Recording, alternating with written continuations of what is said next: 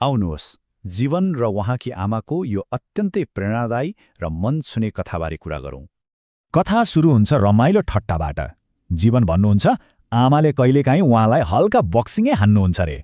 तर यो हाँसो पछाडिको गम्भीर यथार्थ के हो भने नि, आमा लगातार 12 वर्षदेखि बिरामी हुनुहुन्छ। शारीरिक अवस्था निकै कमजोर छ। दिनरात ओछ्यानमै हिँड्न नसक्ने, शुद्ध कुल्टे मात्र फेर्न सक्ने अवस्था छ। आखिर यस्तो कसरी भयो त? टाउकोको गम्भीर शल्यक्रियापछि उहाँलाई प्यारालाइसिस भएको हो। उपचार अझै चलिरहेकै छ। जीवनका बुवा आज पनि अस्पतालकै दौडुबमा हुनुहुन्छ। अचम्म लाग्न सक्छ, लगातार 9 वर्षसम्म बोल्न नसक्नुभएकी आमाको 3 वर्ष अघि मात्रै बोली फर्किएको हो। एकातिर ओछ्यानमा सीमित शरीर अनि अर्कोतिर एकदमै हँसिलो र ऊर्जाशील मनोबल। साँच्चै अद्भुत तालमेल।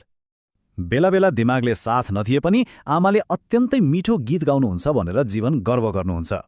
एक अर्कालाई काली र बाबु भनेर जिस्क्याउने आमा छोराको यो गहिरो माया साँच्चै मन छुने खालको छ।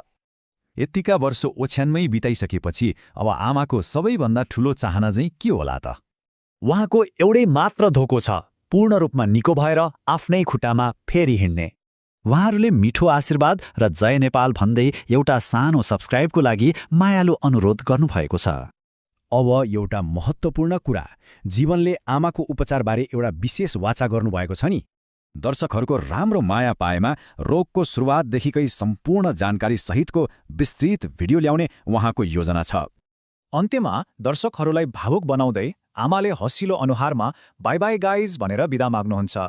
यो कथाले हाम्रो मनमा एउटा प्रश्न छोड्छ, के आमाको फेरि हिँड्ने सपना पूरा होला त?